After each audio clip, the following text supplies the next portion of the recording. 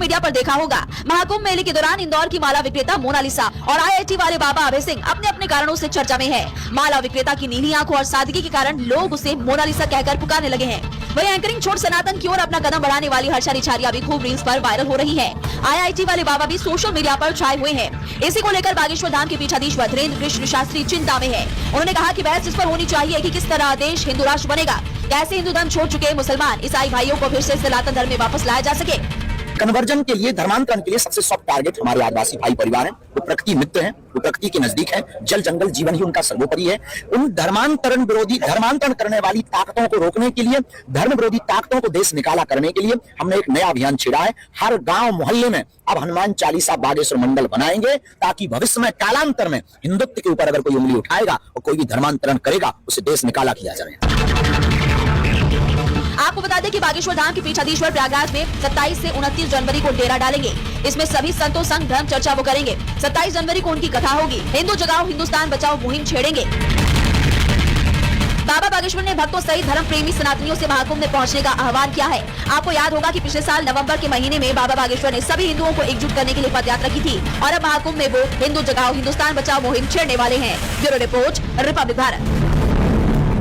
तो महाकुंभ आने वाले हैं। बाबा बागेश्वर क्या कुछ कह रहे थे आपने सुना, लेकिन हम महाकुंभ की बात करने वाले हैं। हमें ऐसा लगता है कि समाजवादी पार्टी को महाकुंभ से दिक्कत है, चिढ़ है, क्योंकि इससे पहले भी कई बार अखिलेश यादव की तरफ से अलग अलग टिप्पणियां की गई। अब की बार मुख्यमंत्री योगी आदित्यनाथ जब अपनी कैबिनेट के साथ स्नान करने के लिए वहां पर पहुंचे तो आपत्तिजनक पोस्ट, आपत्तिजनक टिप्पणी समाजवादी पार्टी की तरफ से की गई है।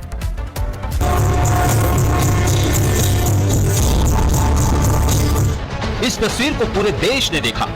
योगी और उनकी कैबिनेट ने त्रिवेणी में डुबकी लगाई, लेकिन इस तस्वीर से अखिलेश की पार्टी को मिर्ची लग गई और ऐसी लगी कि समाजवादी पार्टी ने बाबा और उनके कैबिनेट को छपरी की संज्ञा दे दी। ऐसे में आप ही बताएं, क्या ये तस्वीर सड़क छाप लग रही है? क्या ये तस्वीर गंगा मैया की मर्यादा को तार तार करने वाली है? क्या गंगा स्नान करना धर्म का ढोंग है? गाली गलौज करना तो समाजवादी पार्टी के संस्कारों में है, लेकिन निर्वाचित कैबिनेट को लेकर के जिस तरह के शब्द इस्तेमाल किए हैं, मां गंगा की गोद में बच्चे पहुंचने के बाद मां मानते हैं और हालात के साथ, उत्साह के साथ अगर वहां स्नान कर रहे हैं तो समाजवादी पार्टी को नागवार गुजर रहा है। समाजवादी पार्टी ने कभी गंगा मैया को अपनी मां माना होता तो शायद वो उस तरह की बात न कहते, लेकिन समाजवादी पार्टी ने मजहबी तुष्टीकरण हमेशा करने का काम किया है। अगर ये धर्म का ढोंग है तो फिर हरिद्वार में अखिलेश यादव ने गंगा स्नान किया, वो क्या था? महाकुंभ में डुबकी लगाने की सबको छूट है। अखिलेश यादव को भी चाहिए था कि अपनी पार्टी के बड़े नेताओं के साथ प्रयागराज में डुबकी लगाते, लेकिन नहीं। अखिलेश यादव एंड कंपनी को सियासत करने से फुर्सत हो तब ना। अब जब योगी और उनकी कैबिनेट गंगा में डुबकी लगा रही है तो चिढ़ क्यों हो रही है? मठाधीश को माफिया बोलने का भी दुष्कर्म अखिलेश यादव जी ने किया था। अब उनकी पार्टी जो है गोरक्षनाथ पीठ के महंत को जिस शब्दावली से बोल रही है, ये दिखाता है कि न केवल साधु संतों का, महंतों का अपमान, हिंदू समाज का, हिंदू धर्म का अपमान, महाकुंभ का अपमान, डुबकी मतलब कि आस्था का जो बहुत ही पवित्र स्नान है उसका भी अपमान, यही समाजवादी पार्टी की पहचान। योगी यूपी के सीएम भी हैं और महंत भी। ऐसे में समाजवादी पार्टी को मर्यादा में रहना चाहिए था। सियासत तो होती रहेगी, लेकिन अगर सियासतदान आपस में ही एक दूसरे का सम्मान नहीं करेंगे तो देश का सम्मान क्या हक करेंगे? Bureau report, Republic Bharat.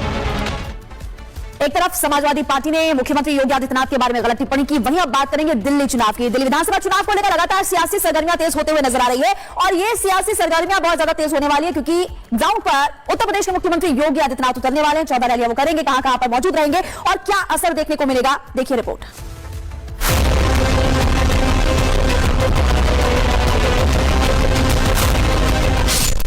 कल दिल्ली में योगी, कांप रहे विरोधी। बाबा की 14 रैली, आप में खलबली। पूरा पूर्वांचली वोट साध लेंगे योगी। बटेंगे कटेंगे से कैसे बचेंगे केजरीवाल। दिल्ली विधानसभा चुनाव का रण अब बहुत दिलचस्प होगा, क्योंकि दिल्ली के रण में योगी हुंकार भरने वाले हैं। 23 जनवरी से सीएम योगी आदित्यनाथ राजधानी में 14 चुनावी रैली को संबोधित करेंगे। माना जा रहा है कि योगी की रैलियों से चुनावी माहौल में तापमान और बढ़ेगा। सीएम योगी अपनी रैलियों के जरिए यूपी से आकर दिल्ली में बसे वोटर्स को अपनी ओर आकर्षित कर सकते हैं। चलिए सबसे पहले आपको बताते हैं कि योगी कौन कौन से इलाकों में रैली करेंगे। दिल्ली में योगी की दहाड़ 23 जनवरी को किराड़ी, जनकपुर, उत्तम नगर में रैली करेंगे। 28 जनवरी को मुस्तफाबाद, गोंडा, शादरा और पटपड़गंज में होंगे। 30 जनवरी को बहरौली, आरकेपुरम, राजेंद्र नगर और छतरपुर में भी उनकी रैली होगी। उसके बाद 1 फरवरी को पालम, बिजवासन और द्वारका में ताबड़तोड़ प्रचार करेंगे। वैसे तो पूरे देश में अपनी हिंदुत्व की राजनीति वाली लाइन पर योगी बीजेपी के लिए चुनाव प्रचार करते रहे हैं, लेकिन दिल्ली में रहने वाले पूर्वांचल के वोटर्स के बीच बीजेपी उन्हें चुनावी रण में उतारना चाहती है। आप जानते हैं इन चुनावों में पूर्वांचलियों का मुद्दा जोरों से उठा। यही कारण है कि यूपी के सीएम अब दिल्ली में हुंकार भरने वाले हैं और जब योगी चुनावी रण में उतरते हैं तो असर तो पड़ता ही है और उनके कैंपेन की शुरुआत से पहले ही आप नेताओं की नींद उड़ चुकी है। अरे योगी आदित्यनाथ जी गरीबों को बटेंगे कटेंगे बताओ, इनको बोलो ये बटेंगे कटेंगे वाला मत बताओ, कोई नहीं आता इन सभाओं के अंदर। गरीबों के बच्चों को बटेंगे कटेंगे में उठा के रखो और अपने मुख्यमंत्रियों के बेटों की आय बढ़वाने वाले उनको फॉर्मूले बताते हो, ये नहीं चलेगा।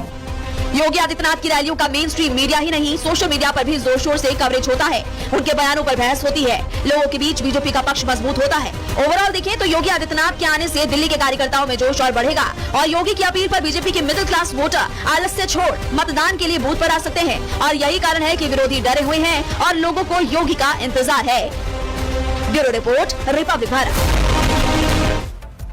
और चलिए खबरों में आगे बढ़ते हैं। एक अफवाह फैली जिसके कारण कई लोगों की आज मौत हो गई। हम बात करें महाराष्ट्र के जलगांव में आज शाम हुए एक बड़े हादसे की। लखनऊ से मुंबई जा रही पुष्पक एक्सप्रेस में आग लगने की अफवाह फैली तो लोग इतना डर गए कि चलती ट्रेन से वो कूद गए। आगे क्या हुआ, इस रिपोर्ट को आप देखिए।